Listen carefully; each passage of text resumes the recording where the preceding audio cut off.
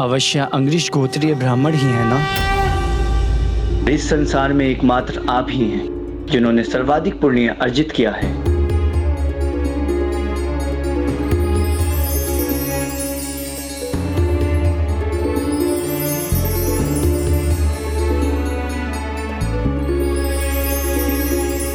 बहुत विचित्र आकृति और छवि है इन सभी ब्राह्मण देवताओं की।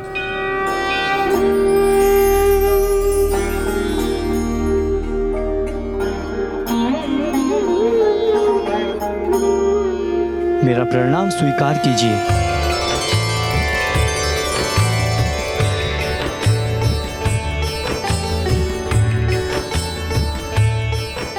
कौन हो तुम वत्स, और यहाँ किस आशय से आए हो?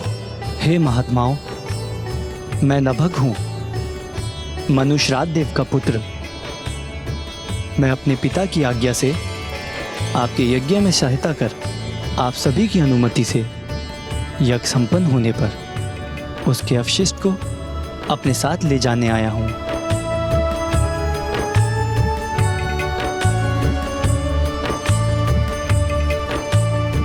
मैं तुम्हारे इस प्रस्ताव का स्वागत करता हूँ वत्स, और हमारे यज्ञ के संपूर्ण होने के बाद उसका अवशिष्ट ले जाने की अनुमति देता हूँ।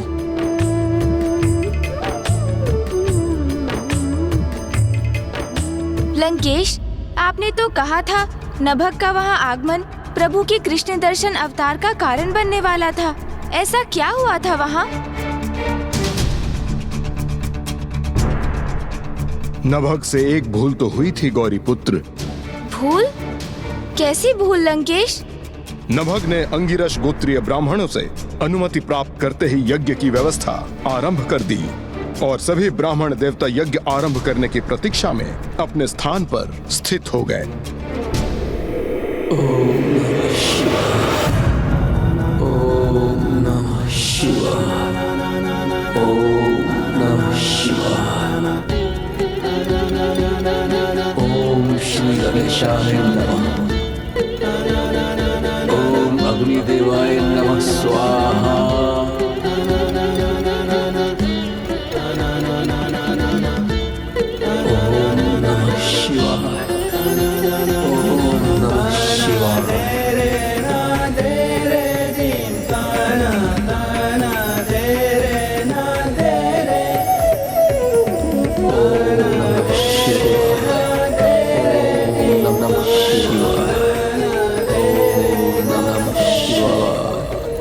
अद्भुत है इन ब्राह्मण देवताओं का दिव्य तेज जो इन्होंने अपने यज्ञ से अर्जित किया है। वत्स नभग, तुमने हमें इस यज्ञ को संपन्न कराने में बहुत सहायता कर अधिक पुण्य प्राप्त करने में जो हमारा सहयोग किया है, वही पुण्य है जिसे हम अपने संपूर्ण जीवन में प्राप्त करते रहे हैं।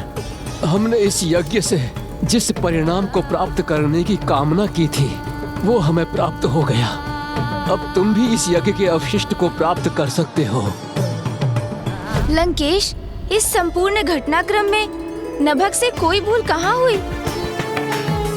उन्होंने तो यज्ञ भली भांति संपन्न करवाने में ब्राह्मण देवताओं की सहायता की। उनसे भूल तो यज्ञ पूर्ण होने पर ही हुई, जब उन्होंने यज्ञ के अवशिष्ट को अपने साथ ले जाने का प्रयास किया।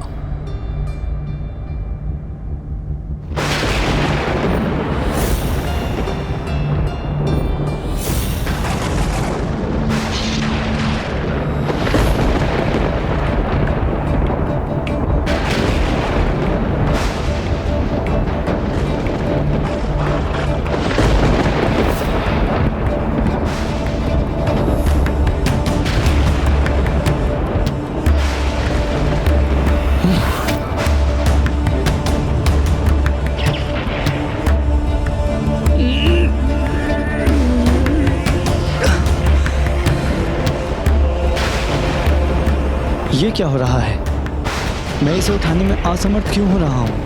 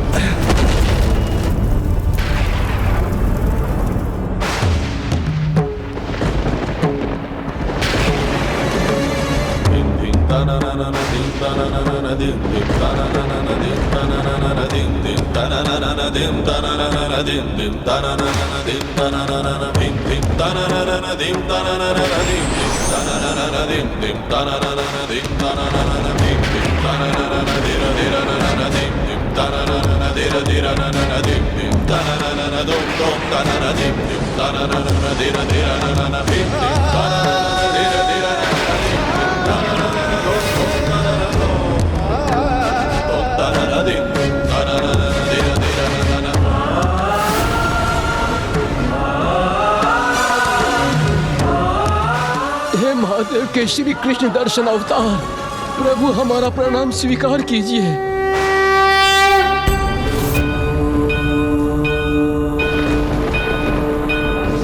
महादेव, प्रणाम महादेव।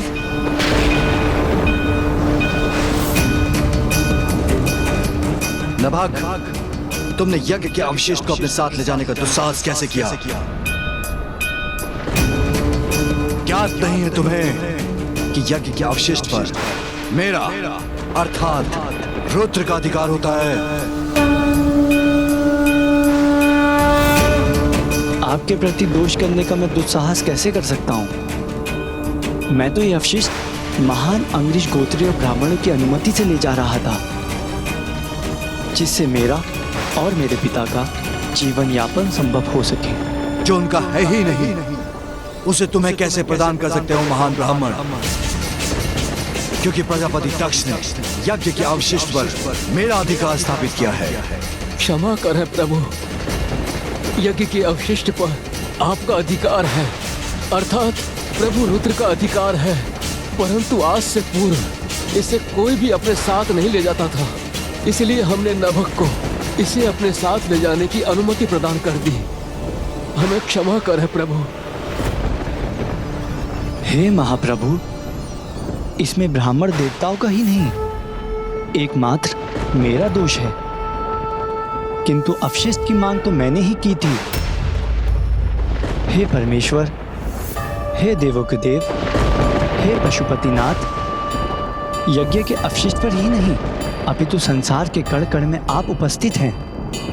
इसलिए इस ब्रह्मांड में जो भी दिखाई देता है या जो भी अदृश्य है, वो सभी आप ही का तो अंश है।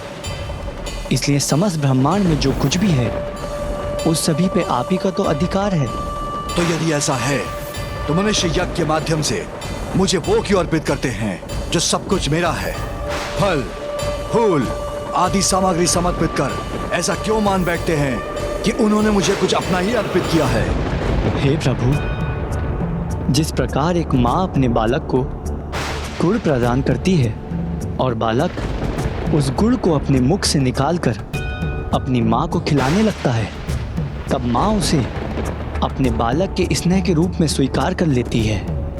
उसी प्रकार जगत में जितने भी धार्मिक व्यक्ति श्रद्धा और निष्ठा से प्राप्त किए हुए वस्तु हम आप पर न्योछावर करते हैं।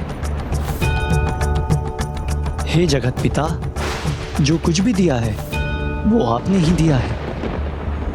मैं भला कौन होता हूँ स्वयं ये सब प्राप्त करने वाला, जो आपकी इच्छा के बिना यज्ञ का अवशिष्ट ले जाता।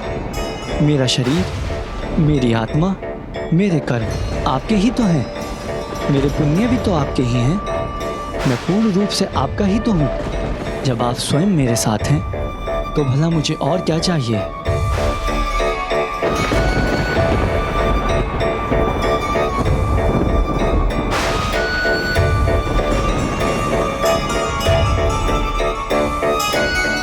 नभाग, तुमने कितनी सरलता से बिना किसी दुविधा के उस यज्ञ के अवशिष्ट के प्रति आसक्ति का त्याग कर दिया, जिसके इतने श्रम के परिणाम स्वरूप तुमने प्राप्त किया था।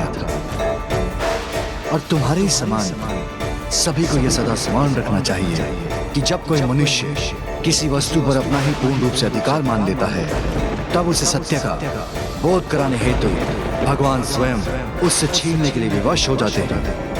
किंतु जिस प्राणी ने संसार में जो कुछ भी है उसके साथ स्वयं को भी मेरा मान लिया है, तो फिर स्वयं संसार की प्रत्येक वस्तु स्वतः ही उसे प्राप्त हो जाती है।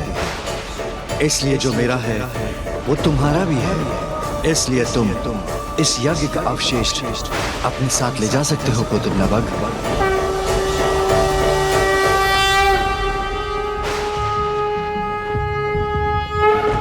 प्रभु, नभग को आपने वो प्रदान किया जो उसे चाहिए था, किंतु हमारे ऊपर भी अपनी कृपा दृष्टि डाली है प्रभु।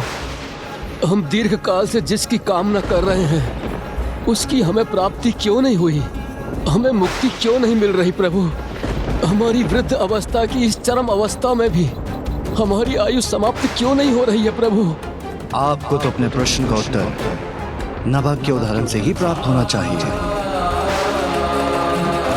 किंतु अभी भी आपको ये ज्ञात नहीं हुआ कि आपसे कहाँ भूल हुई है। तो फिर आपकी जिज्ञासा पुत्र नभग ही शांत करेंगे।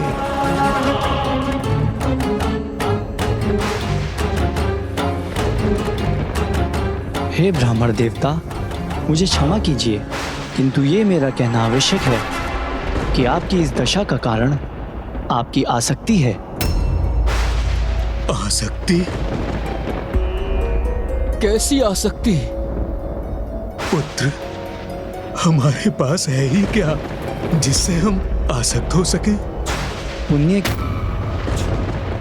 वो पुण्य जो आपने आज तक अर्जित किए हैं, उनके प्रति आसक्ति भाव रखने के कारण आपने प्रभु को समर्पित नहीं किया।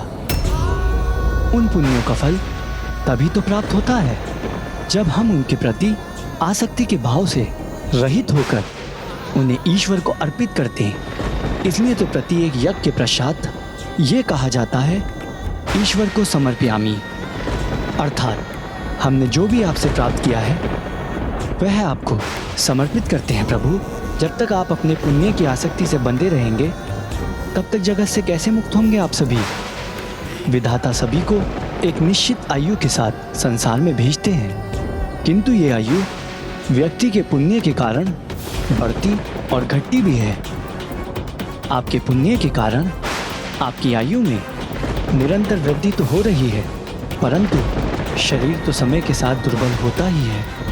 इसलिए संसार से अपने शरीर को मुक्त करने के लिए सर्वप्रथम आपको स्वयं को अपने पुण्यों के प्रति अपनी आसक्ति से मुक्त करना होगा।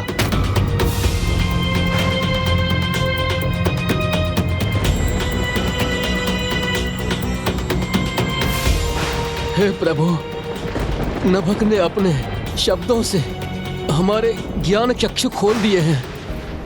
हम इसी क्षण अपने पुण्य आपको प्रदान करते हैं। नहीं, मुझे आपके पुण्य की आवश्यकता नहीं है। मुझे आपके पुण्य की आवश्यकता नहीं है। मुझे आपके पुण्य की आवश्यकता नहीं है। आप अपने पुण्य मुझे नहीं, पुत्र नभग को प्रदान कीजिए, क्योंकि वही उसको प्राप्त करने के योग्य है। आपकी पुण्य की शक्ति का उचित उपयोग एकमात्र पुत्र नभग ही कर सकता है, क्योंकि उसे किसी भी वस्तु अथवा सांसारिक सुख के प्रति कोई आसक्ति नहीं।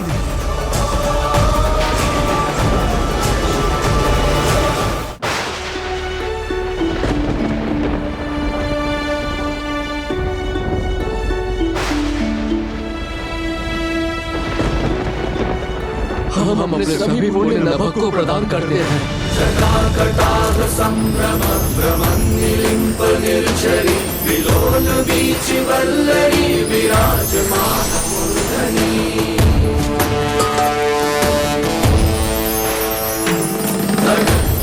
इस प्रकार मेरे प्रभु शिव शंकर शंभु के कृष्ण दर्शन अवतार का आशीर्वाद पाकर नभग को मात्र यज्ञ का अवशिष्ट ही नहीं अपितु पुण्य का सागर ही प्राप्त हो गया।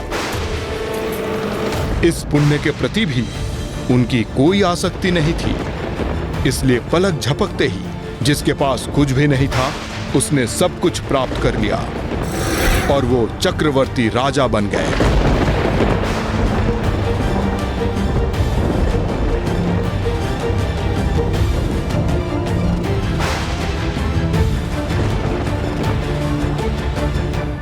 कल्याण हो। अर्थात लंकेश, प्रभु के इस अवतार से तो यही संदेश प्राप्त होता है कि कभी भी किसी को सांसारिक और भौतिक वस्तुओं के प्रति आसक्त नहीं होना चाहिए एवं अपने अच्छे कर्मों एवं पुण्यों के प्रति भी कोई मोह नहीं रखना चाहिए। अन्यथा जिसके प्रति मनुष्य जितना आसक्त होता है उतने ही शीघ्र उसे खोने पर विवश हो जाता है। हाँ गौरी पुत्र, प्रभु कृष्ण दर्शन अवतार ने उत्तम जीवन का अगला यही सूत्र स्थापित किया। आसक्ति दुर्गति के पथ पर ले जाती है और आसक्ति विहीन होने से ही प्रकृति का पथ प्रशस्त होता है।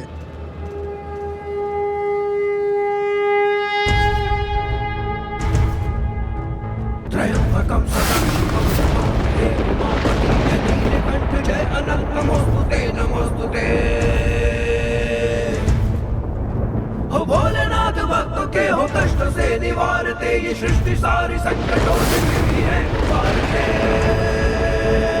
ओम नमः शिवाय, ओम नमः शिवाय, ओम नमः शिवाय, ओम नमः शिवाय, ओम नमः शिवाय, ओम नमः शिवाय।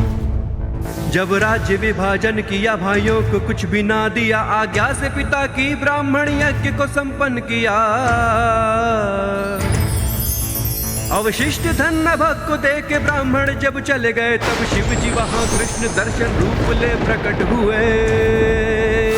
ओम नमः शिवाय, ओम नमः शिवाय, ओम नमः शिवाय, ओम नमः शिवाय। प्रणाम प्रभु। प्रणाम प्रभु। कल्याण हो।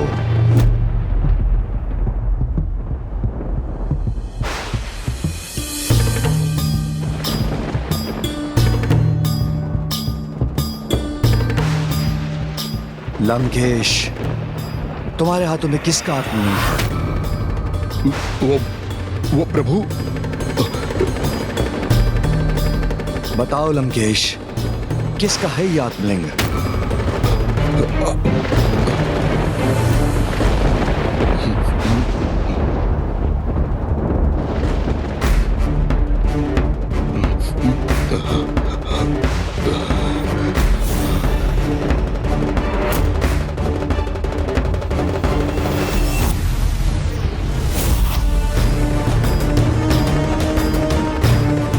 प्रभु ने इन आत्मलिंग को मुझे प्रदान किया है। अपनी तपस्या से मैंने इन्हें अर्जित किया है, इसलिए ये मेरे हैं। हाँ प्रभु, ये मेरे ही हैं। अनेकों बाधाएं आई मेरे मार्ग में, किंतु मैंने इन्हें नहीं खोया। ये मेरे हैं, मेरे प्रभु। इन्होंने स्वयं आसक्ति पर आधारित प्रभु के अवतार की कथा सुनाई है, फिर भी प्रभु की आत्मलिंग के प्रति अपनी ही आसक्ति से मुक्त नहीं हो पा रहे हैं। ये तो ज्ञात है ना आपको कि आसक्ति से ही दुर्गति है।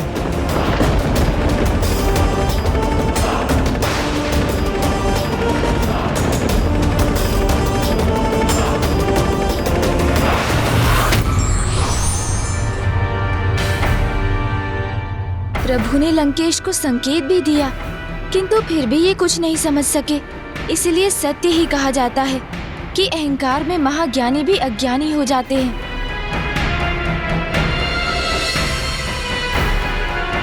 गौरी पुत्र, हमारे पास यहाँ रुकने का समय नहीं है। देखिए, सूर्यदेव पश्चिम की ओर बढ़ रहे हैं और आज के सूर्यास्त के पूर्व मुझे कोकर्ण को पार कर छलांग लगाकर समुद्र तक पहुंचना है और फिर लंका।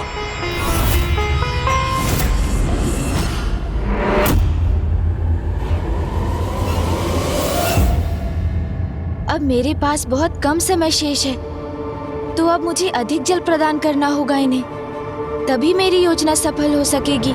लंकेश, जल ग्रहण कीजिए।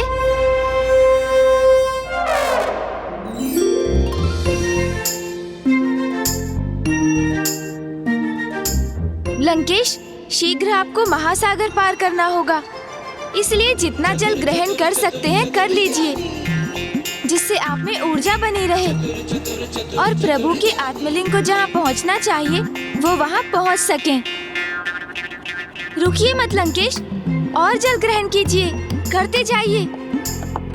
तभी तो वो होगा जो मैं चाहता हूँ। क्या क्या चाहते हैं आप गौरी पुत्र?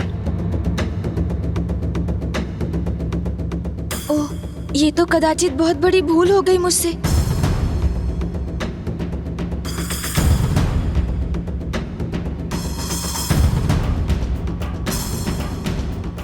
मैं तो बस इतना ही चाहता हूँ लंकेश कि प्रभु के आत्मलिंग उनके उचित स्थान पर पहुँच जाएं।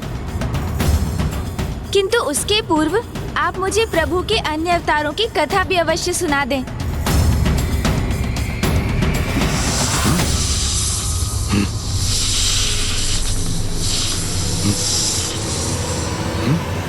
ये स्वर कैसा?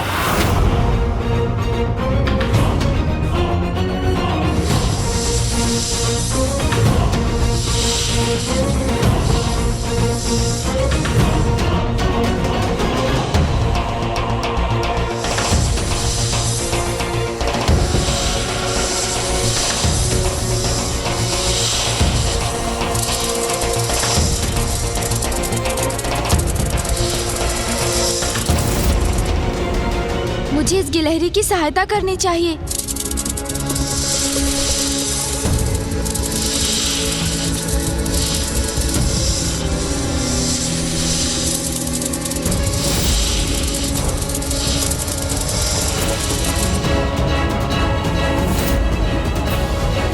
हे प्रभु महादेव, मेरी रक्षा कीजिए। हे प्रभु महादेव, मेरी रक्षा कीजिए। हे प्रभु महादेव, मेरी रक्षा कीजिए।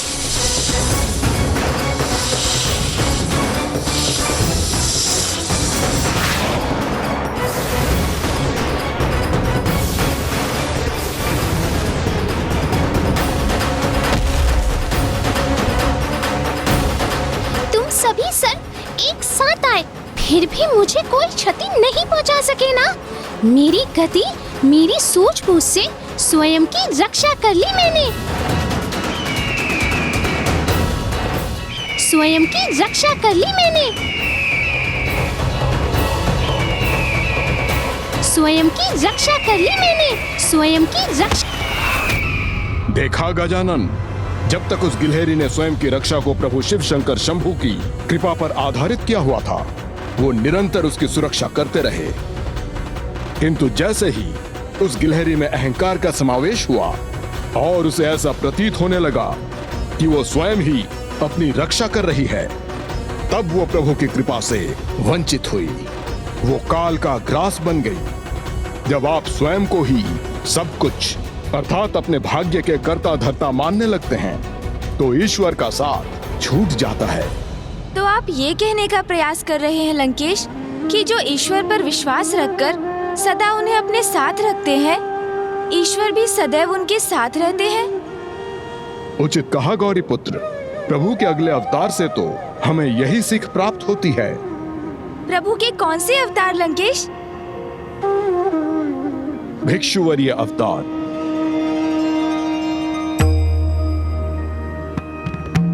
मैं प्रभु के इन अवतार की कथा सुनने के लिए अति उत्सुक हूँ। लीजिए लंकेश, जल से अपना कंठ तर कर लीजिए और फिर प्रारंभ कीजिए उनकी कथा।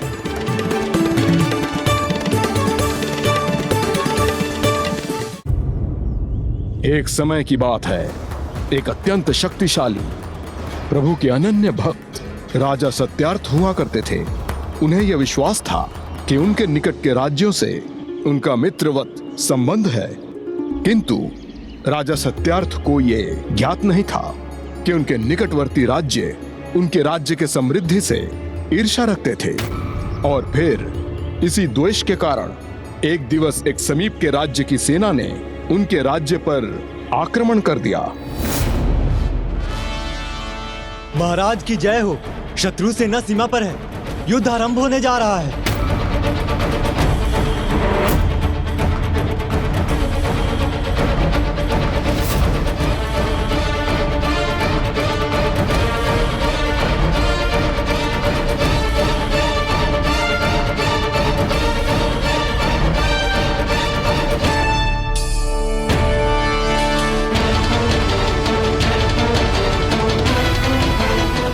स्वामी विजयी होकर लौटिएगा। और राजा सत्यार्थ बिना युद्ध के लिए तैयार अवस्था में ही युद्ध भूमि की ओर प्रस्थान करने पर विवश हो गए और दुर्भाग्यवश वहीं उनका अंत भी हुआ।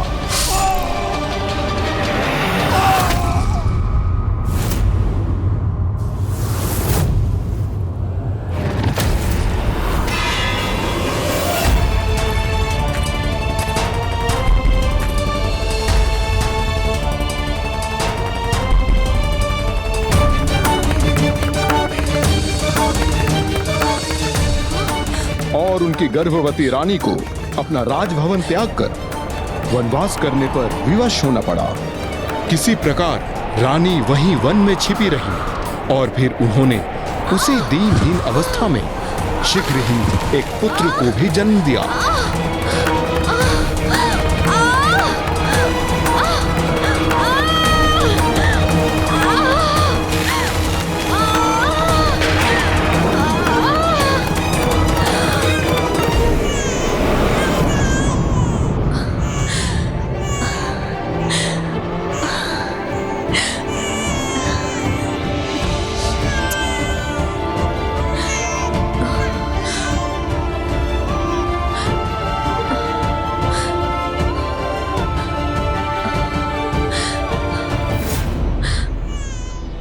कैसी अभागन हूं मैं,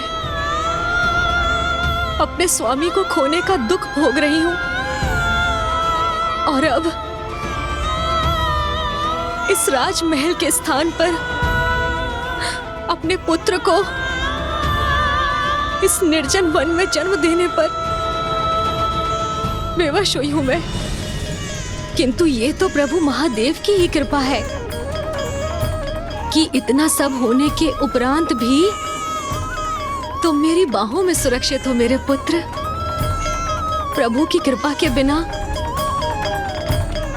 ये कदापि संभव नहीं था।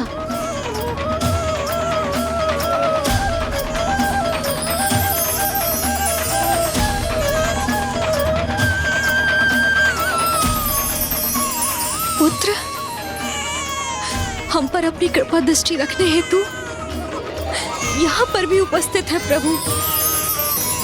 मेरे प्रभु शिव शंकर है यहाँ हमारे साथ, हमारे निकट। जिन्होंने इतने कष्ट सहे, पति को खोया, राज्य से बहिष्कृत हुई, वन में अकेली अपने नवजात शिशु के साथ विचरण करने में विवश हो गई, फिर भी प्रभु पर उनका विश्वास स्थिर रहा। ऐसी माँ की प्रभु के प्रति निष्ठा तो अत्यंत प्रशंसनीय है लंकेश। किंतु अनिष्ट ने उनका साथ अभी भी नहीं छोड़ा था। उनके साथ जो पूर्व में हुआ था, अब उससे भी भयंकर कुछ होने जा रहा था।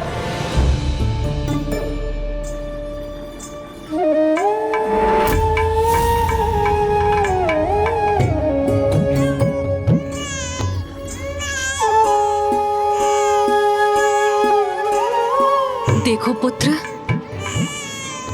अब तुम्हारे पिता तो नहीं, किंतु तुम उनके अभाव से कभी प्रभावित मत होना।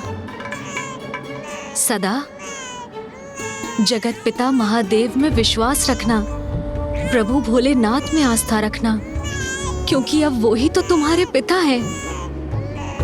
वो सदा तुम्हारी रक्षा करेंगे। पुत्र, अब हम तुम मिलकर प्रभु महादेव की आराधना करेंगे, किंतु उसके पूर्व तुम्हारी माँ को स्नान करना होगा।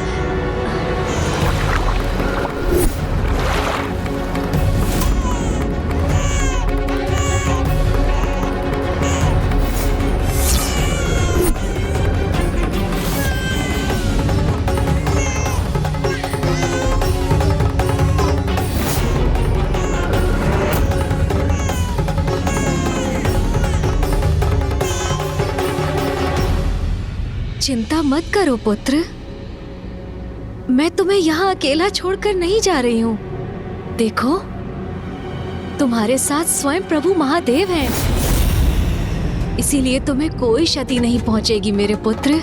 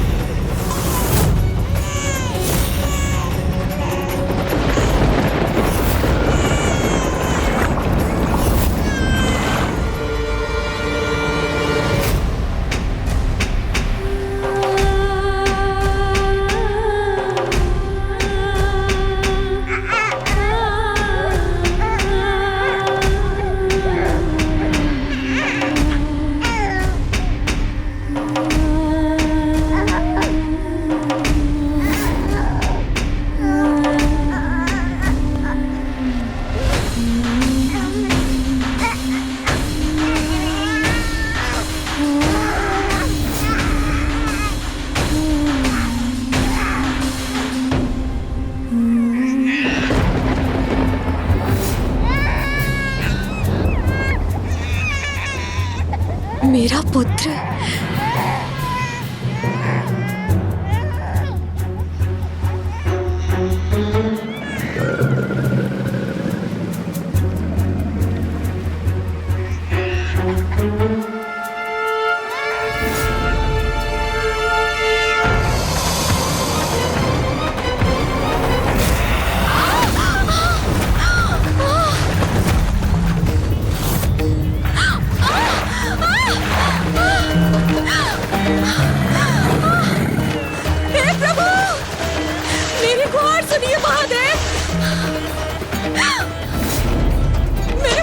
रक्षा कीजिए प्रभु।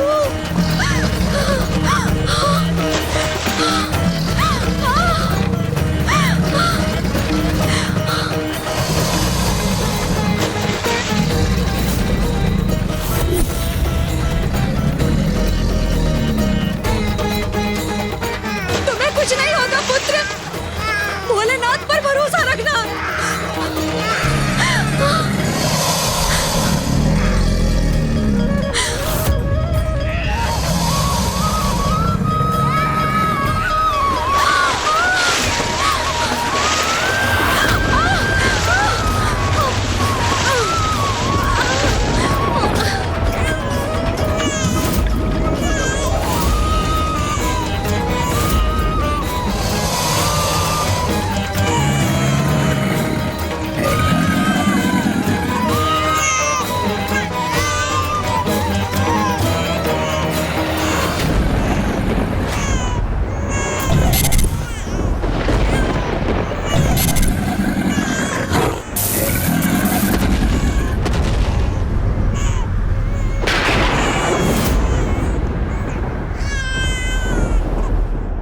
प्रभु की ये लीला तो सर्वथा अद्भुत थी लंकेश। उस नवजात शिशु के जन्म के पूर्व उसके पिता और अब जन्म के उपरांत उसकी माता दोनों ही मृत्यु को प्राप्त हुए, किंतु अनाथ होकर भी उसकी माता के शब्द उन शब्दों में निहित प्रभु के प्रति अटूट आस्था और विश्वास को उस अबोध बालक ने अपने हृदय में धारण किया और स्वयं जगत पिता महादेव का शरणागत बन गया। लंकेश, जो महादेव का कृपा पात्र बन जाए उसकी सुरक्षा तो स्वतः ही निश्चित हो जाती है। यही तो भक्ति का मूल मंत्र है गौरी पुत्र। जहाँ विश्वास है, आस्था है, वहीं प्रभु शिव शंकर शंभू का वास है। किंतु फिर उस विश्वास, उस आस्था का क्या परिणाम हुआ लंकेश, जिसके साथ एक असहाय माँ अपने नवजात शिशु को उस निर्जन और भयंकर वन में अकेला छोड़ने पर विवश हो गई थी। वो भयंकर वन तब और भी भयंकर होने वाला था गौरी पुत्र, क्योंकि अब शीघ्र सूर्यास्त के साथ रात्रि का आरंभ होने जा रहा था।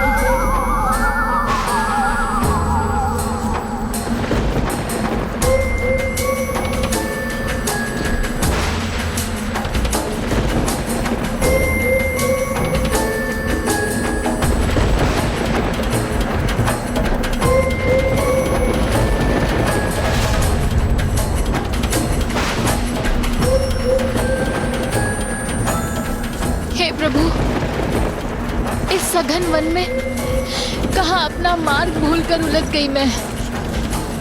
दिवस भी ढलने को है। रात्रि होने से पूर्व मुझे इस वन से निकल जाना चाहिए।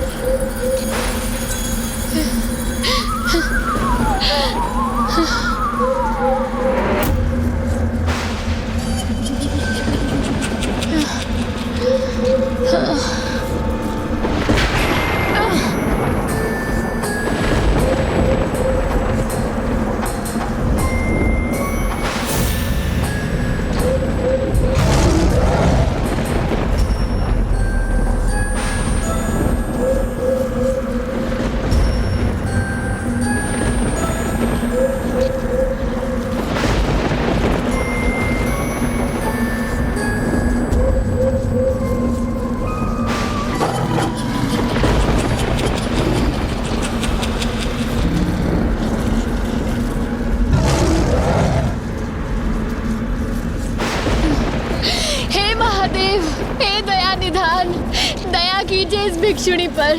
अभी अंधकार मत होने दीजिए प्रभु। मैं इस भयंकर वन में हिंसक पशुओं के मध्य अकेली न रह जाऊं प्रभु। प्रभु किधर जाऊं, कुछ समझ नहीं आ रहा।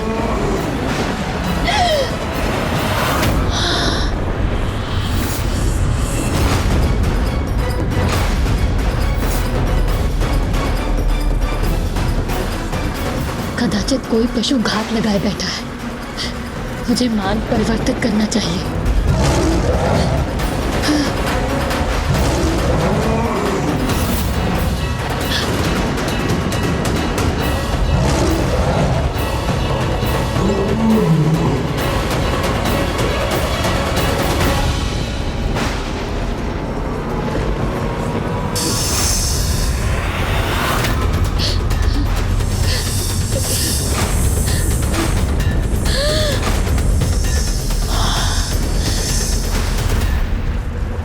यहाँ तो पग पग पर संकट है। महादेव रक्षा करे, महादेव रक्षा करे। महादेव कहाँ जाऊं प्रभु।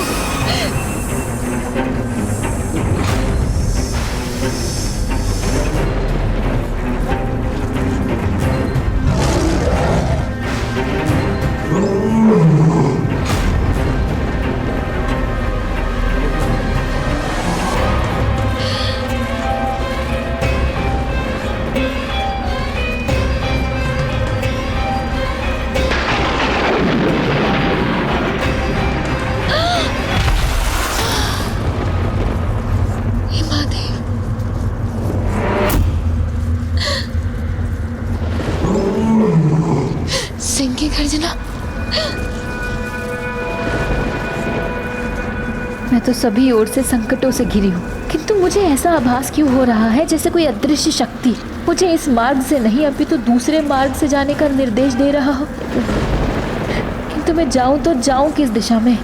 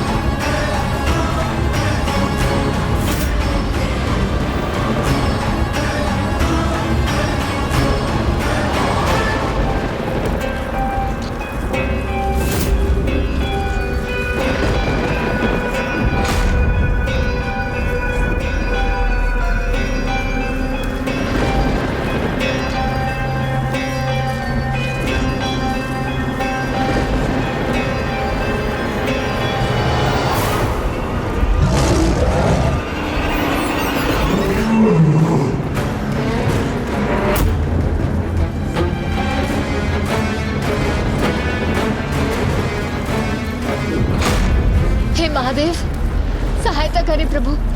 इस भयानक वन में अकेले कैसे रहूंगी मैं।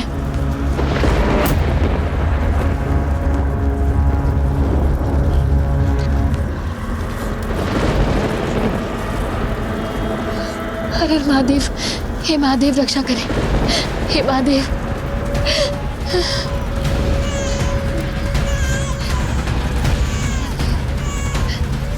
शुक्र महादेव। ये वन तो विकट उलझाव के समान है। मैं पुनः वहीं पहुंच गई जहां कुछ समय पूर्व थी।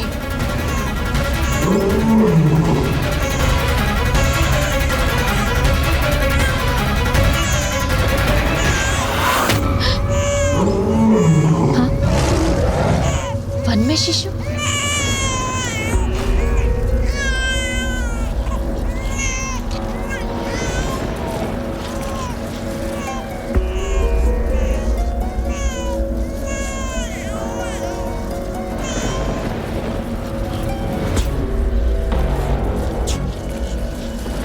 ये नवजात शिशु इस घने जंगल में कैसे?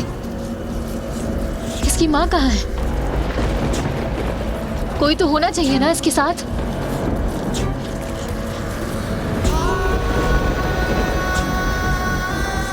यहाँ तो मुझे कोई नहीं दिखाई दे रहा।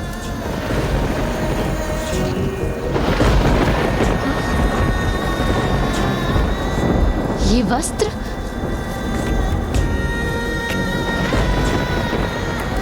अर्थात अकेला नहीं था ये शिशु। अवश्य इसकी माँ इसके साथ थी, जो अब किसी हिंसक पशु का ग्रास बन चुकी है।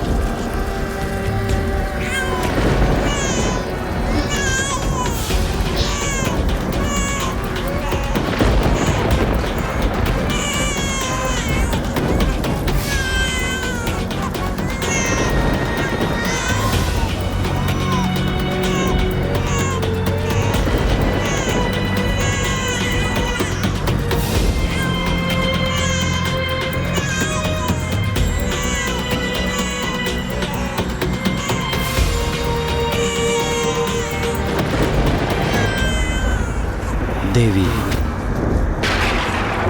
आपका आंचल रिक्त है और इस शिशु को भी ममता भरे आंचल की आवश्यकता है।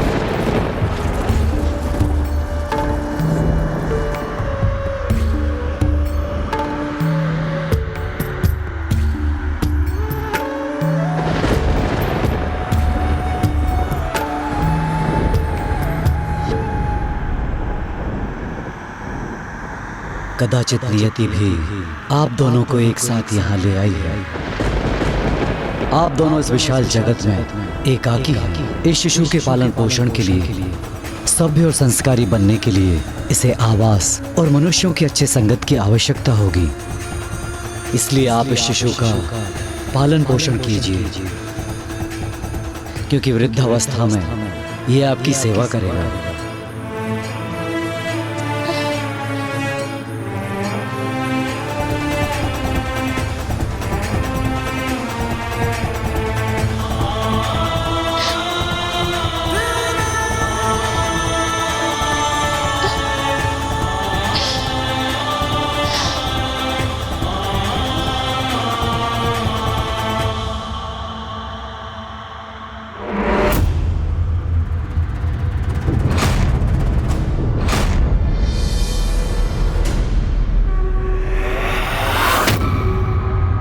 भिक्षुक, मुझे तो ऐसा आभास हो रहा है जैसे नियति ने नहीं, स्वयं मेरे भोलेनाथ ने हम दोनों का साथ निर्धारित किया है।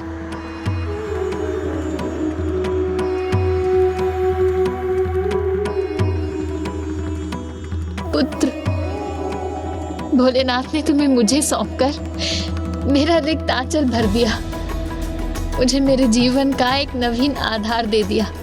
मुझे ज्ञात है तुम्हें भोजन देने और तुम्हारा पालन पोषण करने हेतु मेरे पास कुछ नहीं,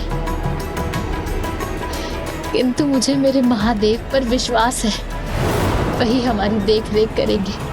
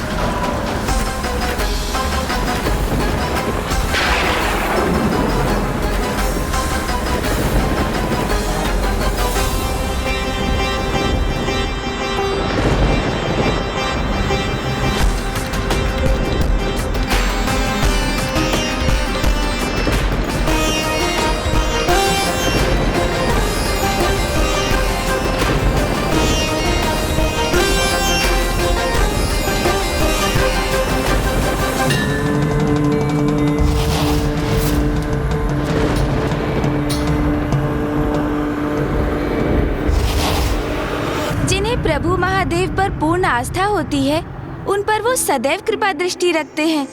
ये घटना तो इसका ही एक और उदाहरण थी। आयु में वृद्धि होने के साथ वो बालक प्रभु शिव शंकर शंभु के प्रति अपनी दोनों माताओं का अटूट विश्वास और आस्था आत्मसात करता गया।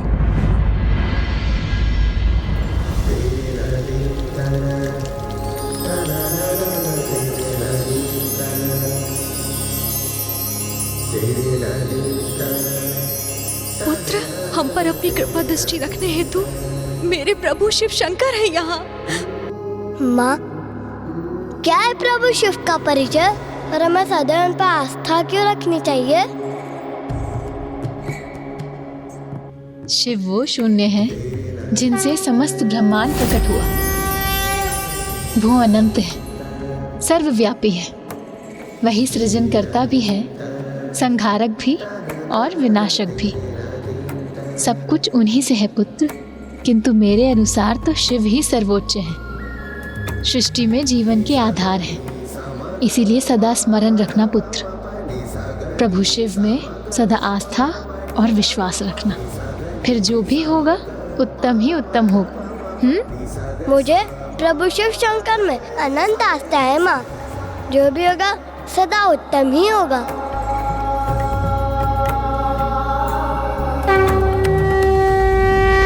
ज्ञान में समृद्ध किंतु धन से दरिद्र होने के कारण भिक्षुणी माता के द्वारा उस बालक का लालन पालन करना कदापि सरल नहीं था। किंतु जब भी वो दोनों ऐसी किसी कठिनाई का सामना करते तो कोई ना कोई चमत्कार उनको उस कठिनाई से मुक्त कर देता। माँ, मुझे भूख लगी है माँ, कुछ खाने को दो ना माँ। कहाँ से लाऊं भोजन? कुछ भी तो अन्न नहीं है घर में पकाने के लिए। प्रसाद लाया हूं मैं।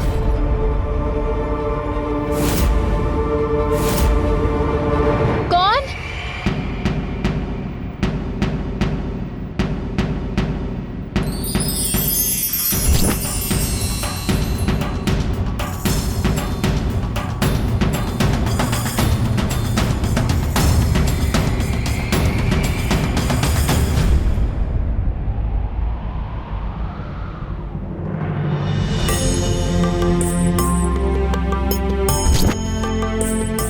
ये लो पुत्र, प्रभु का प्रसाद ग्रहण करो।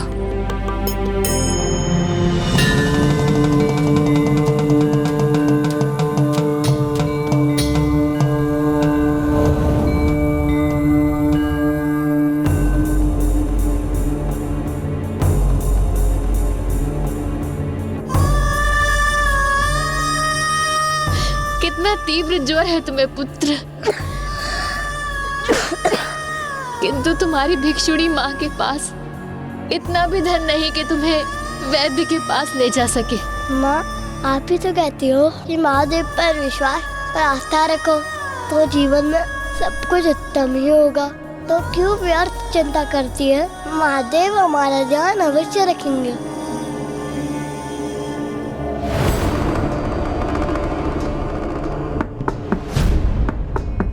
बाहर बहुत वर्षा हो रही है देवी, तो क्या मैं यहाँ आपके द्वार पर इस वर्षा के थमने की प्रतीक्षा कर सकता हूँ?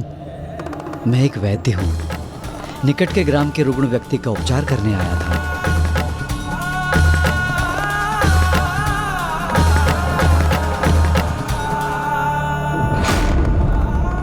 वैद्य स्वयं आ गए यहाँ। ये भी आप ही की कृपा है महादेव।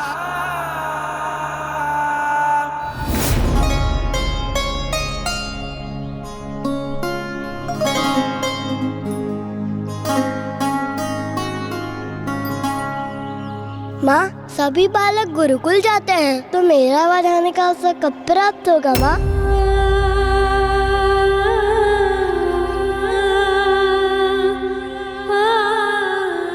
धन के अभाव में मैं तुम्हें गुरुकुल भी नहीं भेज सकती पुत्र। तुम्हारी माँ के पास गुरु दक्षिणा देने के लिए कुछ भी तो नहीं, वो रिक्त है। बताइए ना माँ, मैं कब जा सकूंगा गुरुकुल?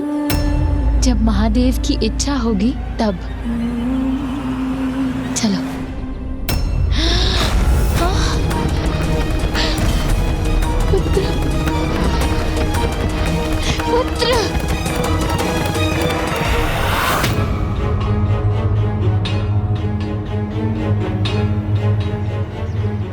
हमें क्षमा करें गुरुवर, हमने आपके अध्ययन अध्यापन में बाधा डाली।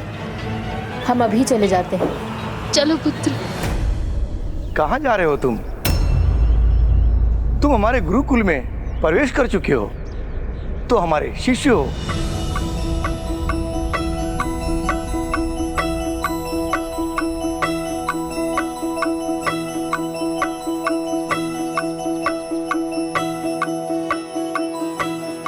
प्रणाम गुरुदेव।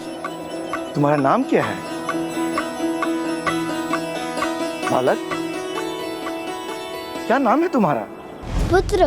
मेरा नाम तो पुत्र है गुरुदेव। पुत्र?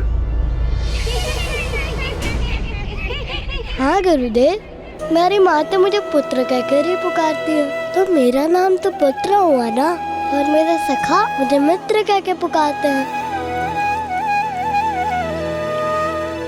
और आप सभी मुझे सहपाठी कह के पुकार सकते हैं। इसीलिए पुत्र, मित्र, सहपाठी, शिष्य और शिव भक्त, यही मेरा नाम है। जो आपकी इच्छा हो आप उस नाम से पुकार लीजिए। तुम तो सर्वथा विलक्षण हो पुत्र। इसे धर्म के उस रहस्य का ज्ञान है जो तुम्हारी आयु में अन्य सभी से गुप्त रह जाता है। इसलिए समस्त संसार में जो तुम्हारा नाम प्रचलित होगा वो है धर्मगुप्त। आपको कोटि कोटि धन्यवाद गुरुदेव। ये तो मेरा सौभाग्य है कि मुझे मेरा नवीन नाम स्वयं मेरे गुरुदेव ने प्रदान किया।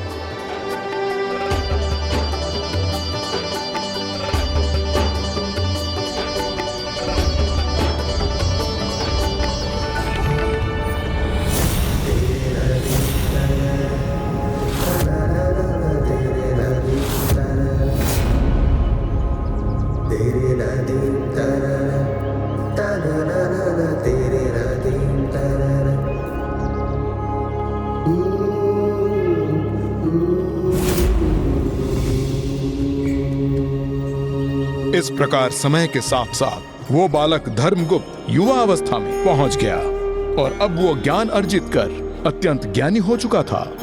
प्रभु शिव शंकर शंभु पर उसकी आस्था और भी दृढ़ हो गई थी।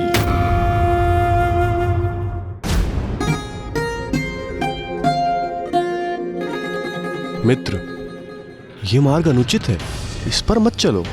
ये अनुचित मार्ग नहीं है मित्र, ये तो हमारे गृह के लिए सबसे छोटा रास्ता है। धर्मगुप्त, कदाचित तुम्हें ज्ञात नहीं, इस वन में राज विरोधी सशस्त्र दस्यु समूह घात लगाए हुए रहते हैं, और इसलिए इस मार्ग से जाना तो स्वयं संकट को आमंत्रित करने जैसा है। भानु, इस प्रकार भयभीत होने की आवश्यकता नहीं है। हमें विश्वास के साथ आगे बढ़ना चाहिए। मुझे तो प्रभु शिव शंकर में संपूर्ण विश्वास है, पूर्ण आस्था है। उनकी कृपा से जो भी होगा सर्वथा उत्तम ही होगा। यदि तुम भी उनमें वैसा ही विश्वास रखने में समर्थ हो तो मेरे साथ आओ, अन्यथा मैं अकेला ही आगे बढ़ जाऊंगा।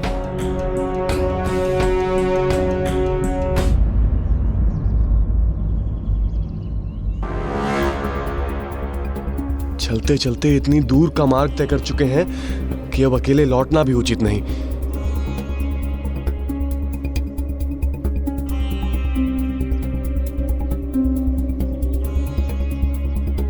मित्र, अरे किस मूर्ख ने यहाँ इतनी सारी शिलाएं स्थित कर दी? कदाचित उसी ने मित्र, जिसने यहाँ कुछ छिपाने का प्रयास किया है। ध्यान से देखो मित्र भानु,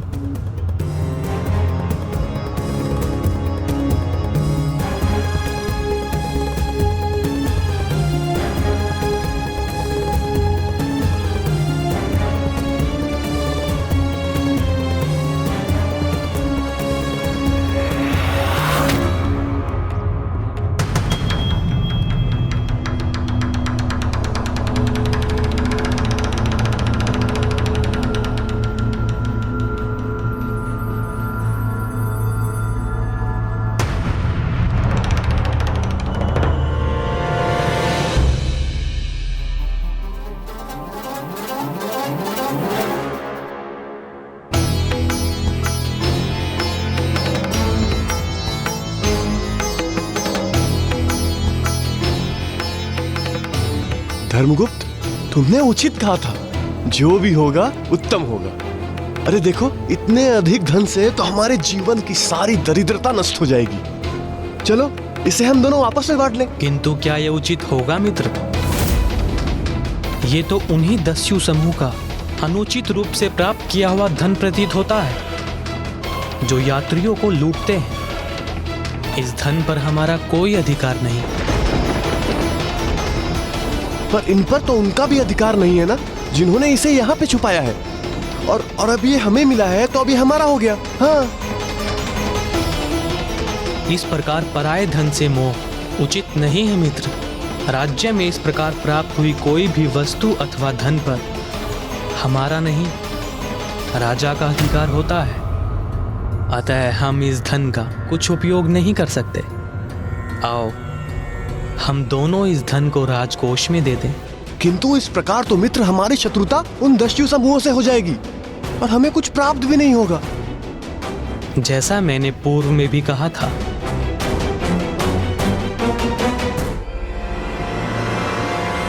मुझे प्रभु शिव में पूर्ण आस्था है। जो होगा उत्तम ही होगा।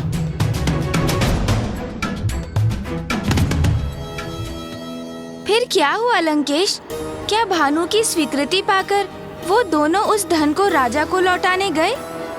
हाँ गौरी पुत्र, भानु ने तो उनकी बात को स्वीकार कर लिया था, किंतु फिर मार्ग में स्वयं धर्मगुप्त का ही मन परिवर्तित हो गया और उन्होंने वो धन राजा के पास ले जाने का अपना निर्णय पलट दिया। किंतु ऐसा क्यों किया उन्होंने? क्योंकि ये तो उचित नहीं था। गौरी पुत्र, धर्मगुप्त के अनुसार वो जो कर रहे थे वो सर्वथा उचित ही था। मित्र धर्मगुप्त, दस्यु समूह का छिपाया धन प्राप्त करके हमारी शत्रुता तो उनसे हो ही चुकी है, किंतु अब कहीं हम राजा के भी शत्रु न बन बैठे। कदाचित जो तुम सोच रहे हो वो हमारे लिए किसी बड़े संकट का कारण न बन जाए। इनकी निर्धनता और विवशता तो देखो मित्र।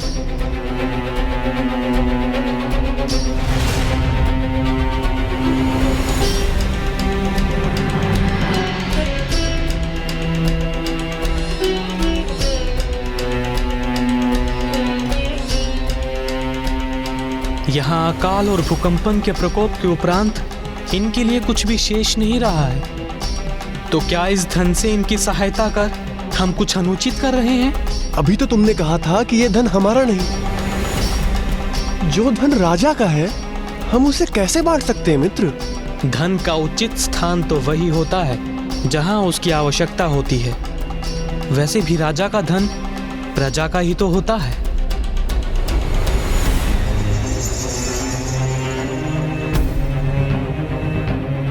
एक बार उचित प्रकार से विचार कर लो मित्र, कहीं दस्यु समूह और राजा दोनों से शत्रुता का भयंकर परिणाम न भुगतना पड़े हमें। जैसा कि मैंने पूर्व में भी कहा था, मुझे अपने प्रभु शिव शंकर में पूर्ण आस्था है। जो होगा उत्तम ही होगा।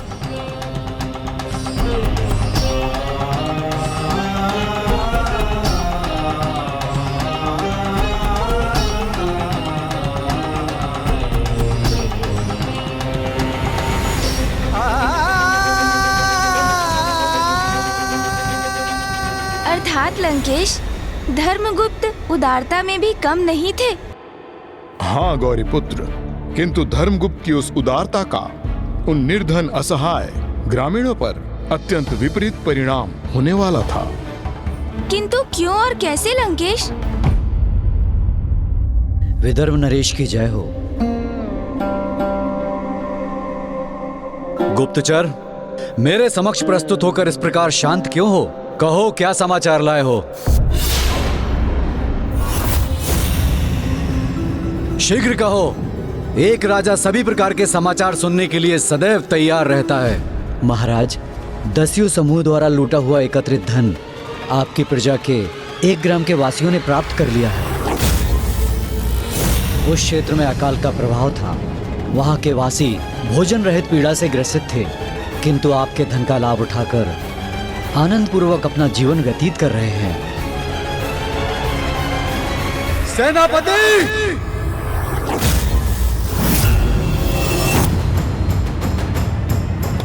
धर्मगुप्त, मैंने तुमसे कहा था ना, जो तुम कर रहे हो सर्वथा अनुचित है। मत करो, अन्यथा संकट में पड़ जाओगे। क्या हुआ भानु? किस संकट की बात कर रहे हो तुम? अरे वही जिसका संदेह था हमें, तुम्हारी उदारता का दंड उन असहाय निर्धन ग्रामीणों को प्राप्त होने जा रहा है, जिन्हें तुम दान में धन नहीं, एक नवीन विपदा देकर आए हो। राजा ने उन सभी को आजीवन कारावास का दंड दे दिया है। अब कहो, क्या तुम्हें अभी भी प्रभु महादेव पे आस्था है? क्या आप भी कहोगे जो होगा उत्तम होगा?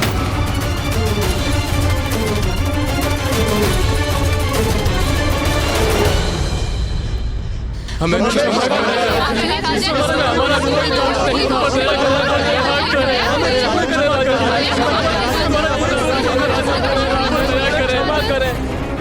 दया ही तो कर रहा हूँ मैं। अभी तो जिस अपराध के लिए तुम सभी को मृत्यु दंड प्राप्त होना चाहिए था, उसके लिए तो मैं मात्र तुम्हें कारावास भेज रहा हूँ। क्षमा करें महाराज, यदि आपको किसी को मृत्यु दंड प्रदान करना ही है तो मुझे दीजिए वो दंड।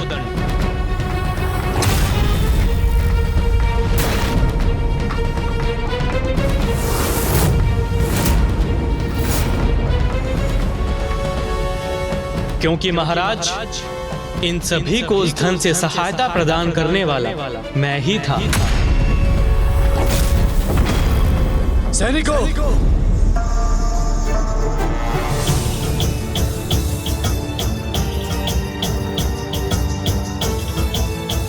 इन्हें क्षमा करें महाराज, इसमें इनका कोई दोष नहीं है।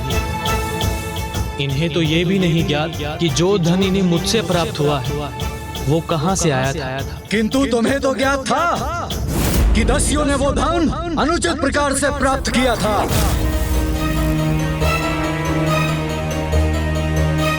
अर्थात उचित कहा तुमने। मेरे वास्तविक अपराधी तो तुम हो, ये ग्रामीण नहीं।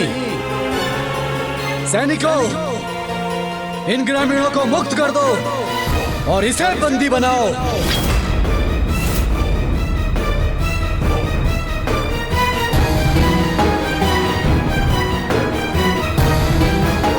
इसे क्षमा कर दीजिए महाराज। महाराज, इसने हमारी सहायता की थी, हमारा भला किया था। क्षमा कर दीजिए महाराज, इसे क्षमा कर दीजिए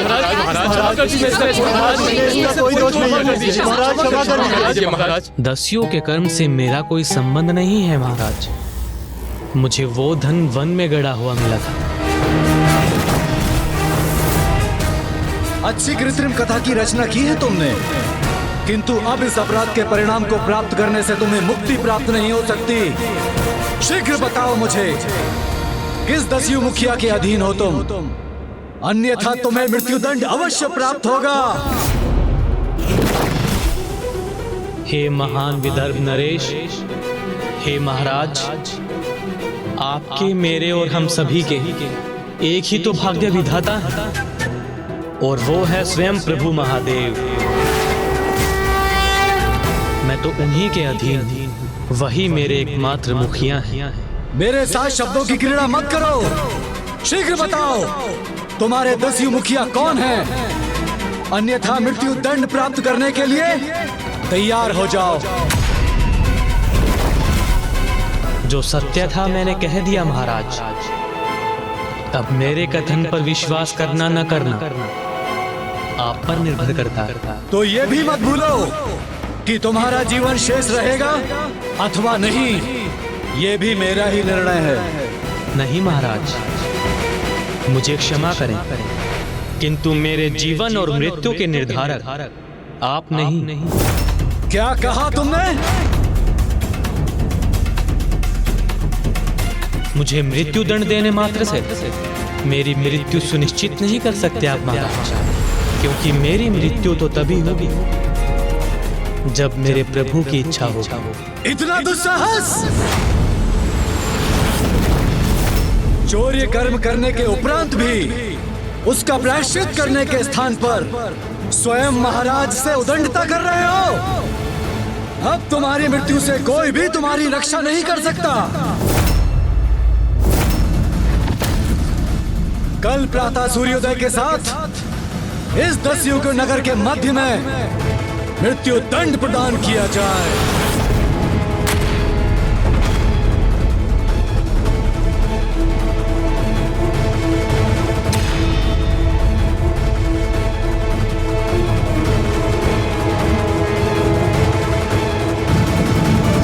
मित्र,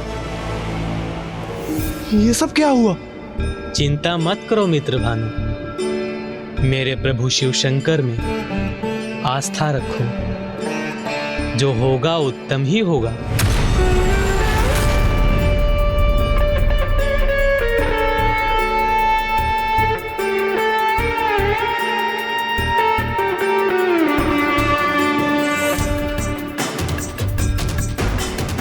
विचित्र है प्रभु में इसकी आस्था। मृत्यु दंड के उपरांत भी इसके मुख पर यही शब्द है, जो होगा उत्तम ही होगा।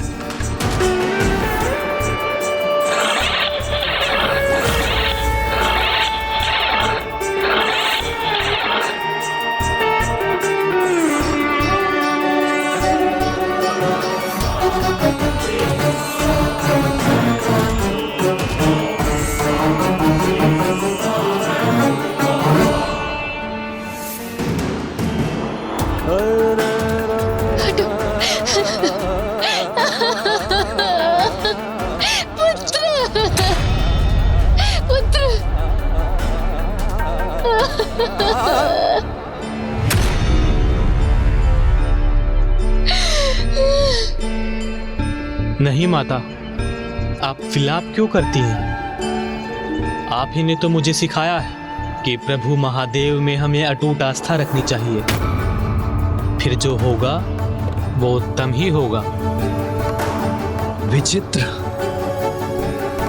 इसकी मृत्यु इसके समक्ष है, किंतु ये फिर भी सब कुछ उत्तम होने की बात कर रहा है।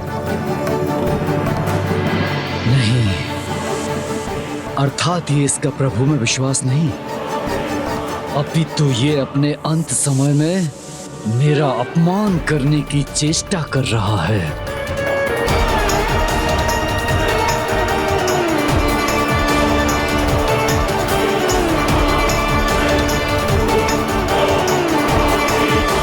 अब संपूर्ण राज्य को ज्ञात हो जाएगा कि विदर्भ नरेश के साथ उद्दंडता करने का दुस्साहस करने वाले की कैसी दुर्दशा होती है।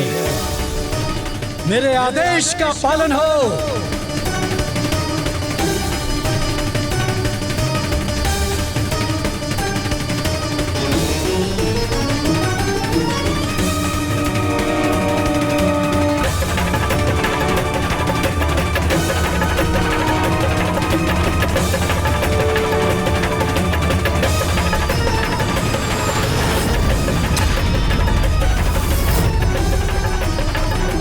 पूर्ण आस्था है मुझे अपने भगवान में, जो होगा उत्तम ही होगा।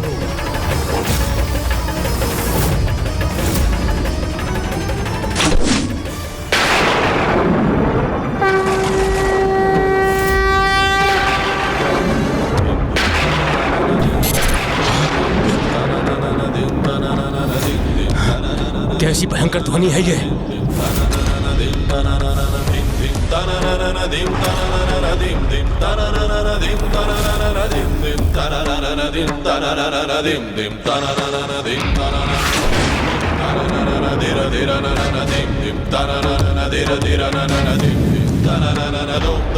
ये बाण?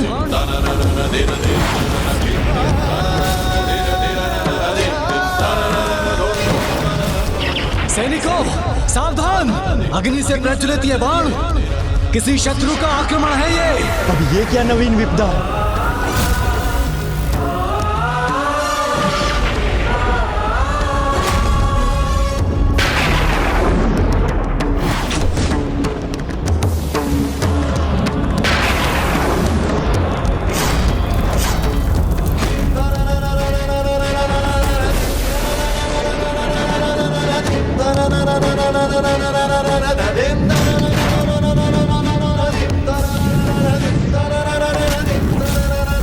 जय प्रभु भोलेनाथ।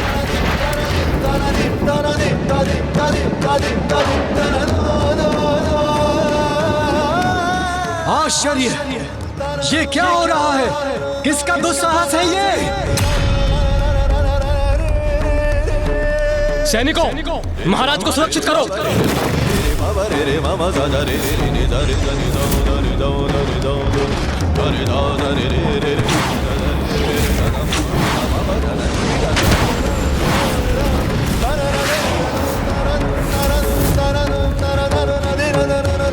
आक्रमण! यहाँ कोई शेष न रहे!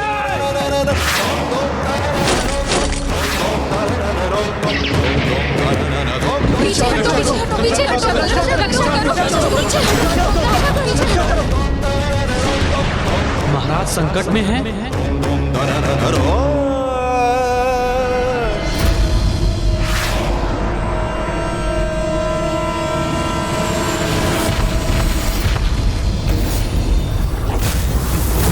जय प्रभु महादेव।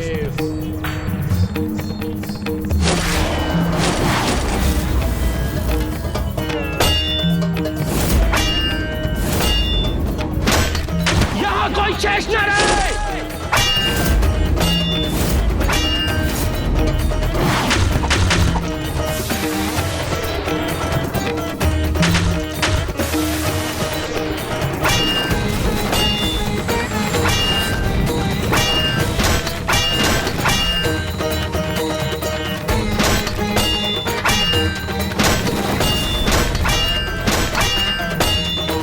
मैंने जिसे मृत्यु दंड दिया वो अपने अद्भुत पराक्रम से मेरी रक्षा कर रहा है।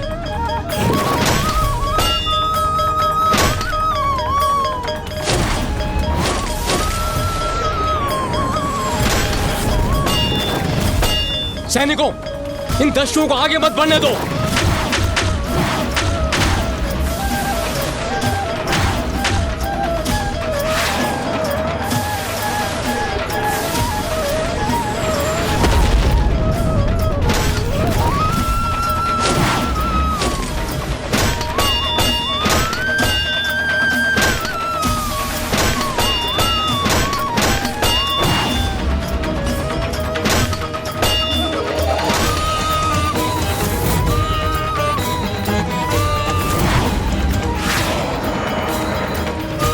ये दस्यु तो सैनिकों को आहत कर रहे हैं। इन्हें मुझे ही रोकना होगा।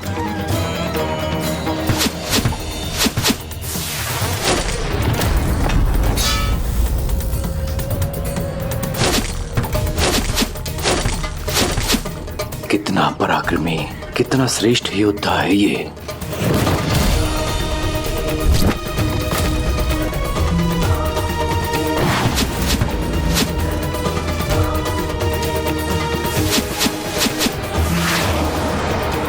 जय शिव शंकर भोलेनाथ।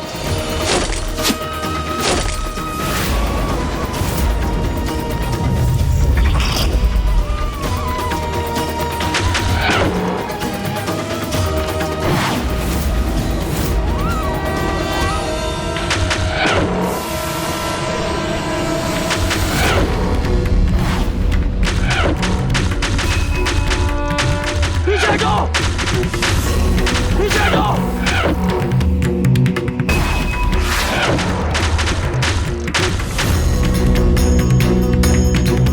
मेरी सेना जिसके समक्ष असफल हो गई उन्हें इस योद्धा ने अकेले ही रोक दिया।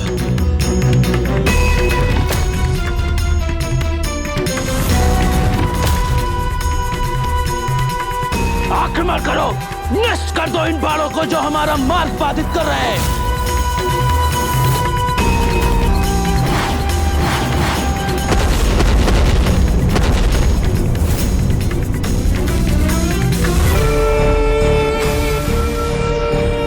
हमारे बाण इनके बाणों को क्षति पहुंचाने में अक्षम क्यों हैं? पुनः प्रयास करो।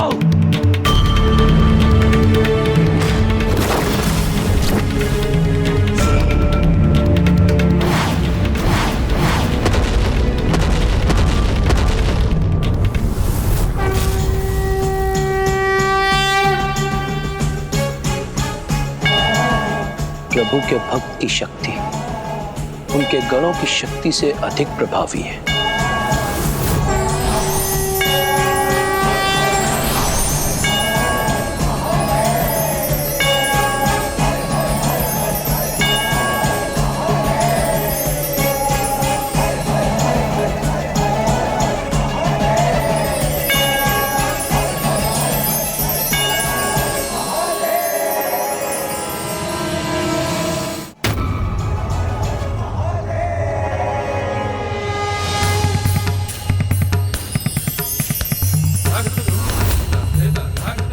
हैं दस्यु मुखिया जिनकी इतनी दिव्य ऊर्जा है।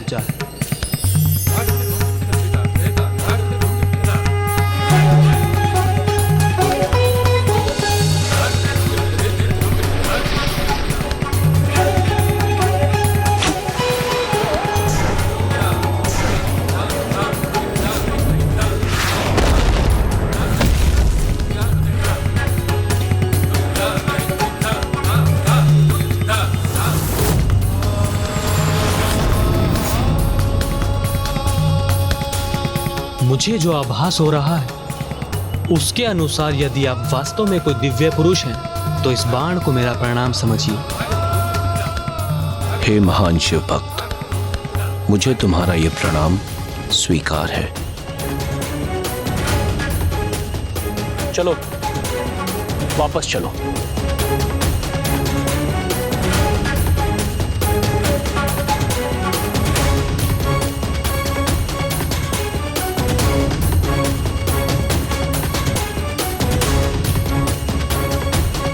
अद्भुत है इसका युद्ध कौशल। महान शिवभक्त धर्मगुप्त की, महान शिवभक्त धर्मगुप्त की, महान शिवभक्त धर्मगुप्त की, महान शिवभक्त धर्मगुप्त की, महान शिवभक्त धर्मगुप्त की।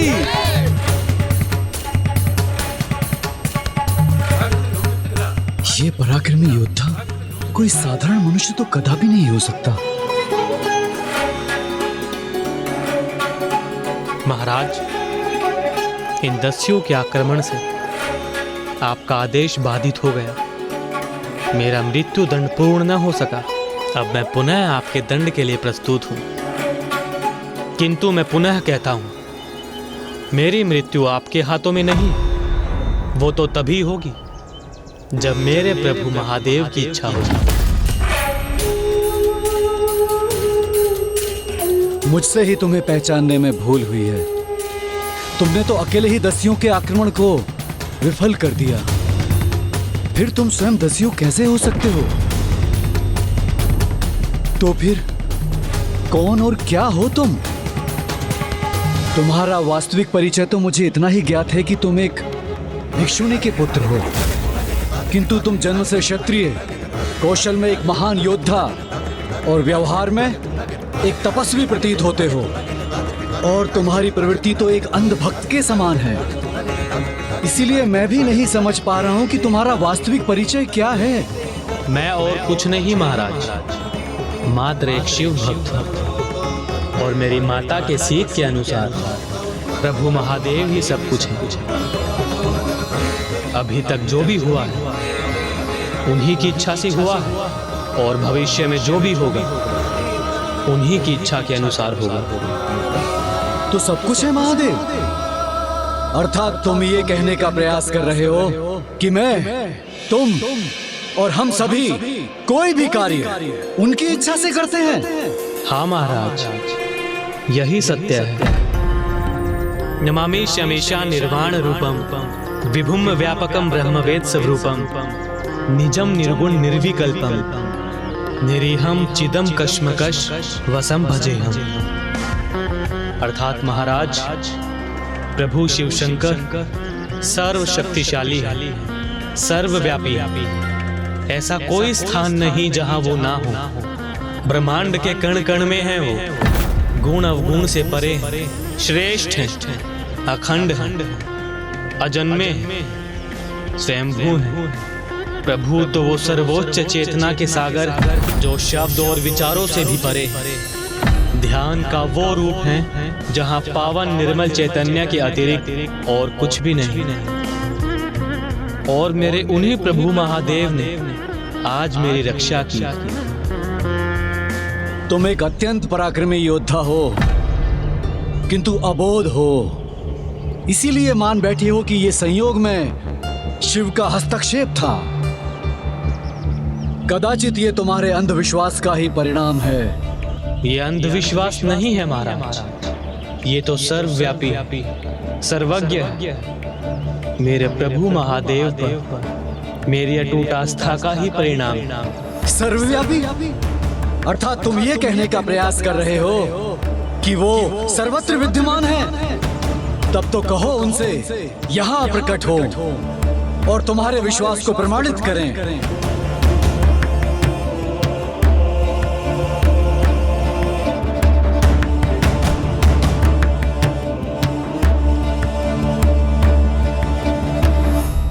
हे महाराज, आप एक भक्त की अटूट आस्था को चुनौती देने की भूल क्यों कर रहे हैं?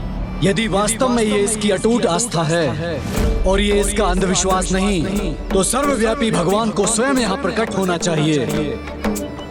तभी तो ये प्रमाणित होगा कि यहाँ जो कुछ भी घटित हुआ है उसके कारण वही है।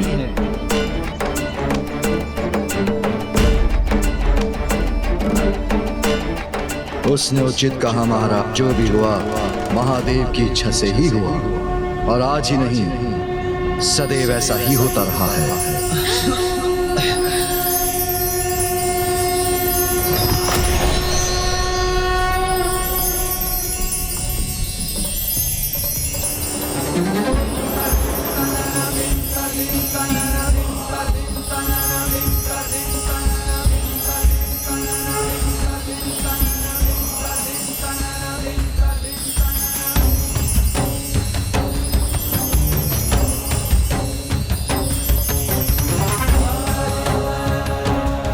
वही दिव्य भिक्षुक है पुत्र, जिनके कहने पर वन में मैंने तुम्हें पुत्र रूप में स्वीकार किया था।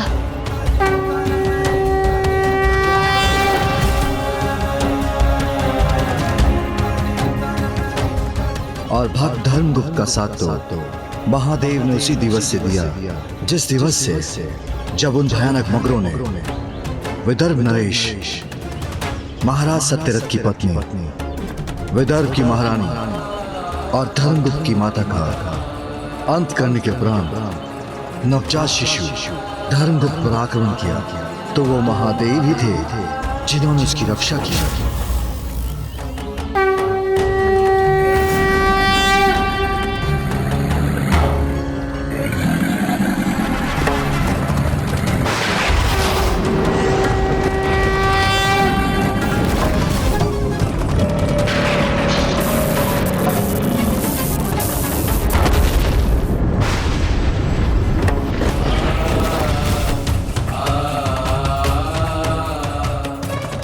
वो शिव ही थे जिनके हस्तक्षेप के कारण भक्त धर्मगुप्त की माता को उसके निकट जाने की प्रेरणा प्राप्त हुई।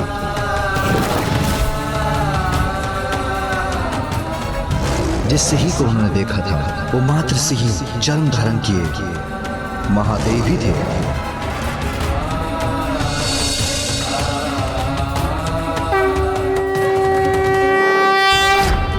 शिव, वो स्वयं प्रभु शिव ही थे। जिस सर्प ने इन्हें अपना मार्ग परिवर्तित करने पर विवश किया था वो महादेव के कंठ में विराजमान नागराज वासुकी थे, और जिस विद्युत ने वृक्ष की शाखा को उनके समक्ष गिरा दिया था वो महादेव के त्रिशूल से ही उत्पन्न हुई थी।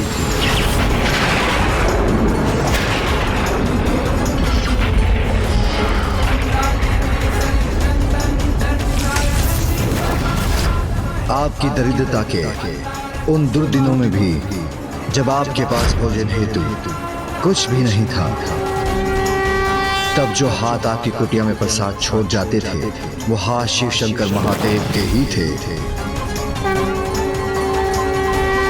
जब धर्मगुप्त के अस्वस्थ होने पर वैद्य अचानक स्वयं प्रकट हो गए थे, वो भी शिव ही थे। जिस अनियंत्रित बैल के कारण धर्मगुप्त और आप उस गुरुकुल में शरण प्राप्त करने पर विवश हुई थी, वो भी शिव शंकर ही थे।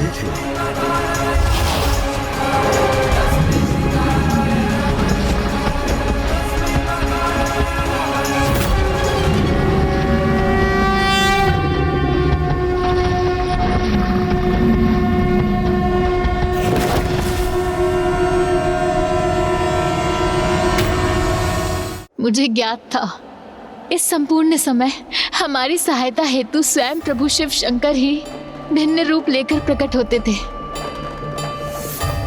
उन दस्युओं को लूट का धन वन में छिपाने के लिए प्रेरित करने वाले वो भी शिव ही थे।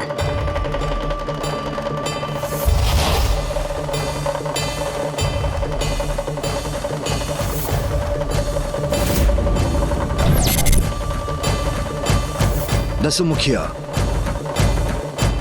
ये लूटा हुआ धन हमें इसी वन में छिपा कर रखना चाहिए, क्योंकि राजा के सैनिक चारों ओर फैले हुए हैं। धन यहाँ रहेगा तो सुरक्षित होगा।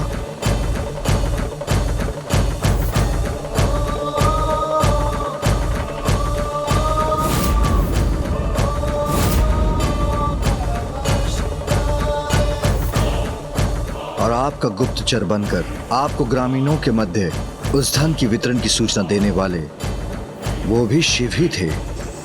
महाराज, दसियों समूह द्वारा लूट का एकत्रित धन आपकी ही प्रजा में ग्राम के वासियों ने प्राप्त कर लिया है। और अभी जिनके आगमन से धर्मगुप्त का मृत्यु दंड टला, वह आक्रमणकारी दस्यु कोई अन्य नहीं, महादेव के भेजे हुए गण ही थे। नहीं माता, आप विलाप क्यों करती हैं? आप ही ने तो मुझे सिखाया है, प्रभु महादेव में हमें अटूट आस्था रखनी चाहिए। फिर जो होगा वो उत्तम ही होगा। नंदी, अब उचित समय आ गया है।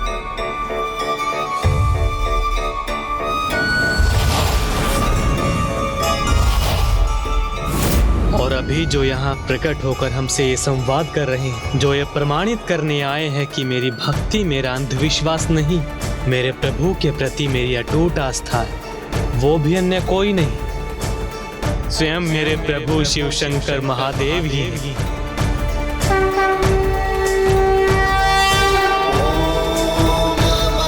तुम ये कहने का प्रयास कर रहे हो कि वो सर्वत्र विद्यमान है? तब तो कहो उनसे कि यहाँ प्रकट हो। ओम नमः शिवाय।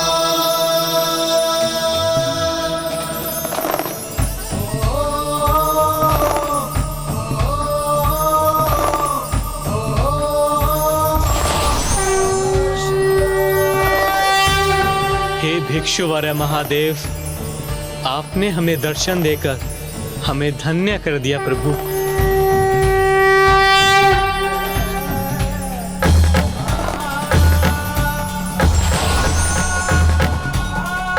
तुमने शरणागत होने का चरम भाव प्रस्तुत किया है। जिस प्रकार तुमने कभी मुझ पर अपनी अटूट आस्था का परित्याग नहीं होने दिया, वैसे मैं भी तुम्हारा परित्याग नहीं कर सकता। हे प्रभु, आपने तो मेरा साथ कभी नहीं छोड़ा, फिर मेरे माता पिता को उनकी सुरक्षा से वंचित क्यों होने दिया आपने? पुत्र, जिन मां ने तुम्हें जन्म दिया उन्हें भी मुझ में अटूट आस्था थी, किंतु उन्होंने अपने पूर्व जन्म में अपने पति की दूसरी गर्भवती पत्नी का वध कर एक घोर पाप किया था। इसलिए इस जन्म में मातृत्व का सुख भोगने का अवसर प्राप्त नहीं हुआ।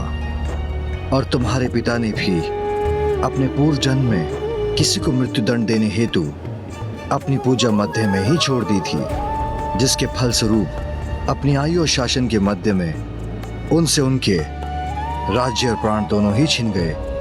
किंतु उनके इस जन्म के सुकर्मों के फलस्वरूप तुम जीवित हो, और अब तुम्हारे सुकर्म ईश्वर में तुम्हारी अटूट आस्था से तुमने संसार के समक्ष प्रमाणित कर दिया है।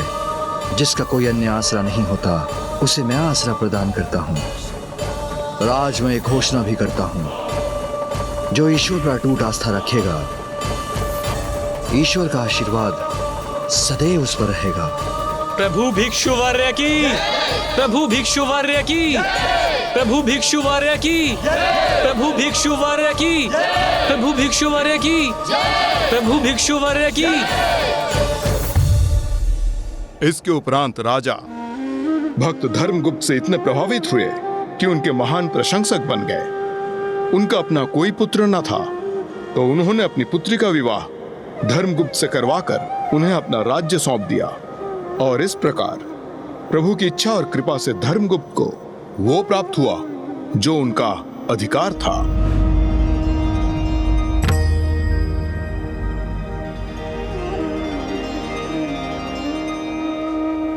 इस प्रकार प्रभु महादेव ने उत्तम जीवन का अगला सूत्र संसार के समक्ष प्रकट किया। अपने ईश्वर में आस्था कभी नहीं खोनी चाहिए, क्योंकि प्रभु किसी न किसी रूप में भक्त का साथ अवश्य देते हैं।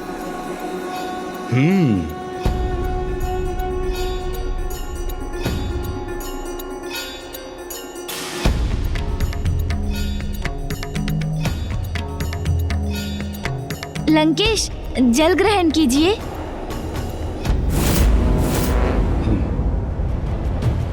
इस वन को पार करते ही हम गोकर्ण पहुंच जाएंगे। यदि वहां पहुंचने तक मेरी युक्ति सफल नहीं हुई तो वहां से लंका अधिक दूर नहीं।